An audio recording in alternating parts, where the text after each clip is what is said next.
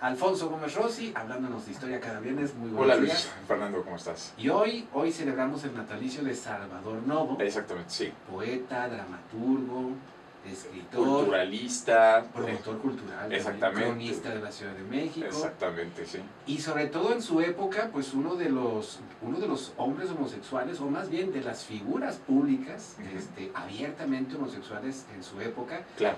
que pues para aquel entonces era... Es muy interesante, parece que era muy escandaloso, pero no. Entonces aquí tenemos que como que plantearnos esta idea de vamos a quebrar con las ideas de lo que es el pasado, ¿no? Y hace rato estaban mencionando al hombre que apuñaló a 6 hombres, ¿no? En la marcha de orgullo gay en Jerusalén. Y uno dice, bueno, ¿por qué, no? O sea, nos podemos preguntarnos por qué, y diríamos, bueno, por sus principios religiosos de este hombre, y además está mal de la cabeza, ¿no? Pero hay esta idea de que en el pasado había conductas que no se permitían, que estaban prohibidas y que eran tabú, y que nadie las hacía. Porque nadie las hacía, ahorita hay elementos conservadores de la sociedad que quisieran que no lo hicieran, en la actualidad tampoco, ¿no? Que todos fueran heterosexuales, se casaran, tuvieran hijos, etcétera, ¿no? Pero lo interesante de Salvador Novo, y trayéndolo a colación, es que Salvador Novo nos abre las puertas a un pasado de la homosexualidad en México del que no teníamos idea si no hubiera sido porque él lo reseñó, ¿no? Entonces, Salvador Novo, ¿quién era? Es, junto con Monsiváis, ¿no? Uno de los 2 homosexuales más importantes en la cultura mexicana del siglo XX, ¿no? Javier Villurrutia era gay, ¿no? Sí, también. Pero así conocidones, ¿no? Conocidos, sí, porque podemos sacar una lista más larga, ¿no? Sí. Pero así que digamos, bueno, de gente que estaba en el closet y gente que no. Sí. Pero tanto Monsiváis como Novo no estaban en el closet. Sí. Y lo más interesante de Novo es que salió del closet en la década del 20, en la década del 30, ¿no? Entonces, él nace en 1904. Hay historiadores como Monsiváis que afirman que la homosexualidad en México nace en el baile de los 41 en 1901, ¿no? Para los que no sepan, el baile de los 41 supuestamente eran 42. Uno de los que participó en el baile era el yerno de Porfirio Díaz. Y a lo sacaron antes de que arrestaran a todos los 41, y la mitad de ellos iban vestidos de hombre y la otra mitad iban vestidos de mujer. Entonces, para Monsiváis, ese es el momento de la historia en el que surge la homosexualidad. Pero eso no quiere decir que no haya existido antes, sino que simplemente, de acuerdo a lo que dice Foucault, la homosexualidad como una categoría que servía para definir a hombres y mujeres que tuvieran preferencias por personas de su mismo sexo, surge y describe una patología, ¿no? En 1869, cuando surge la palabra.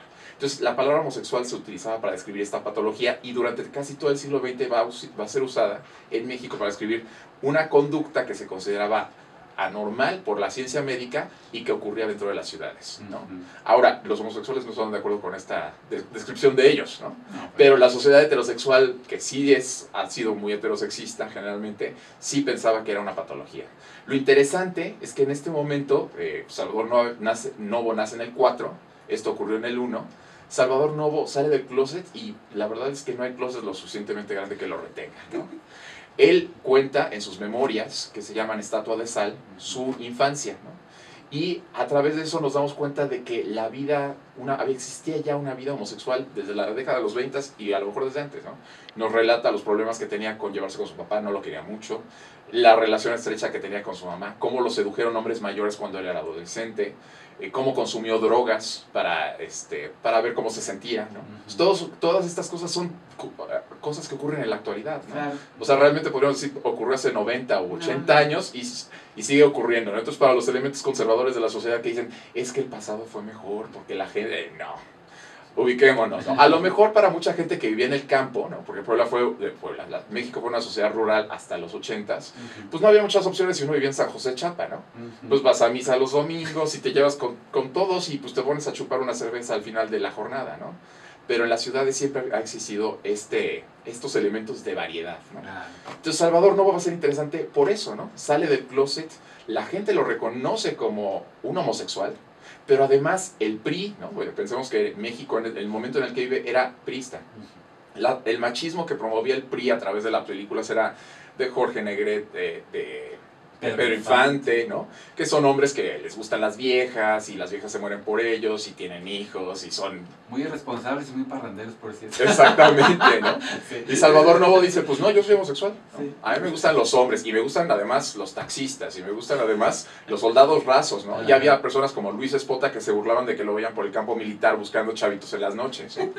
Entonces era como que escandaloso, pero no lo excluyeron. Ajá. Eso es lo más interesante, ¿no? Que a final de cuentas asumimos que en el pasado al homosexual ya se le excluía de la sociedad por sus conductas y tenía que adaptarse a la sociedad, y vemos, como me comentabas hace un momento, que Novo y sus amigos no se adaptan a la sociedad, sino que la sociedad les hace un lugar para que ellos entren, ¿no? Entonces, no sé, tú querías platicar algunas cosas, ¿no? Es que antes de entrar al aire te comentaba que sí, algo había escuchado, algo había leído, y ahorita tengo así la imagen de Carlos Monsiváis, todavía en vida, que hablaba del grupo de los contemporáneos, de Salvador Novo y de Javier Villaurrutia. Ajá. Y que decía que los homosexuales de su tiempo en este país debieron hacerse muy inteligentes para entonces lograrse lugares en la historia. Y Salvador Novo también te contaba, pues, lo recuerdo de algunos reportajes de Clio. Ajá. Uno de ellos, y como cronista de la Ciudad de México, pues aparecía en la televisión, aparecía en el Canal 2, o sea, tenía su sección el señor, o en el 4, alguno de ellos, y hablaba de la Ciudad de México, y hablaba de la historia de la Ciudad de México, pues ya en los 60s, un hombre ya de 60 y tantos años, pero con aquellos anillos grandes en las manos, y pues los trajes de la época, Ajá. ¿no? Un hombre muy a la moda. Muy a la moda, a pesar de su edad, ¿no? Entonces, muy reconocido mediáticamente, reconocido en las letras, fue fundador del Instituto Nacional de Bellas Artes. Es decir, yo quisiera nada más decir esto para que tú le sigas, mi buen Fofi, pero creo que cuando los elementos conservadores de una sociedad siempre plantean este regreso, se olvidan que la heterosexualidad, la homosexualidad, incluso hasta cuando no tiene sexo, se me fue la palabra. Asexualidad. Hasta la sexualidad, o es el voto de... Castidad. Hasta la castidad. Son prácticas de la sexualidad que acompañan a la humanidad desde siempre. Claro. ¿No? Y que han sido las condiciones económicas las que dictan que ciertas prácticas sexuales pues se socialicen, se hagan visibles, como la homosexualidad en la antigua Grecia. Les venía bien a su economía, sobre todo a sus ejércitos, ¿no? Ajá, claro. Bueno, es complicada la homosexualidad en la antigua Grecia, Sí, no nos metemos ahí. Otros rollos, pero dejaron registros, claro. Es decir, no la reprimieron. Claro. Ahora, es muy interesante, en las culturas latinas el Estado apoya a los homosexuales que son talentosos, ¿no? Sí. Pensemos en un Marcel Proust, ¿no? Cuando escribe... Juan Gabriel, Marco. Exactamente, ¿no? Hay muchos homosexuales que pasan por la historia de puntillas, no recordamos casi nada de Es ellos. cierto. Pero hay algunos que dejan una marca y que además son promovidos por el Estado y por el gusto popular, y que la gente sabe que lo son, pero medio lo esconden o medio lo justifican. En el caso de esa persona por ser tan talentosa, ¿no? Lo obvian, ¿no? Claro. Es como obvio, es como, ay, no pasa nada. Claro. Sin embargo, creo que todavía persisten estos miedos, ¿no? Sí, vivimos en una sociedad que le tiene miedo a la sexualidad. Y le tiene más miedo a la sexualidad de los adolescentes. Entonces, vivimos en una sociedad que se llama el régimen familiar. La idea es que todos debemos de hacer sacrificios para que los elementos más débiles de la sociedad, que son los niños y los adolescentes, estén expuestos a los mejores ejemplos. No, esta es una visión de Platón. Ajá. Pero en realidad hay personas que dicen, pues yo no tengo hijos y yo no quiero tener este estilo de vida, ¿y por qué tengo que hacer sacrificios? Entonces aquí entra el conflicto. Los elementos conservadores querrían que se hicieran esos sacrificios a favor de, ¿no?, los niños y los adolescentes, y que todo se mantuviera oculto, ¿no? Y hay personas que dicen, no. Hoy por hoy yo creo que la humanidad, el menor temor que debe tener la humanidad es a desaparecer, porque no hay más nuevos elementos. Hay un montón, sabemos un montón, es más, estamos sobrepasando la capacidad del planeta. Sí. Y sobre todo, pues también pienso que todos esos elementos conservadores que se preocupan por la integridad de los niños, hay un montón de niños abandonados. Exactamente. Que parejas heterosexuales han tenido de manera irresponsable. Yo creo que ahí es donde deberíamos más bien fijarnos, ¿no? Claro. No estar volteando tanto la sexualidad de los otros. Sí. Mejor fijarnos en la viga de nuestro ojo, ¿no?, que la paja del ojo ajeno. Oye, y decíamos de Salvador Novo, ya nada más para cerrar, que me puse ayer a leer algunos poemas, pero ni uno me gustó, man. No era buen, no es nuestro estilo. No era buen poeta. De hecho, se le considera uno de los mejores poetas, y su poesía de la década de los 30 es de las mejores. pero para nosotros no es nuestro gusto, ¿no? Es muy cursi. Sí. Único amor ya tan mío, que va sazonando el tiempo.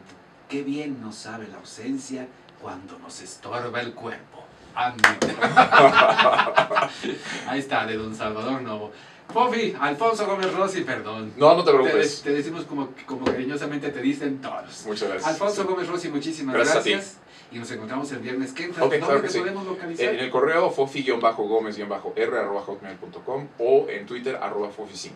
Muchísimas Gracias a ti.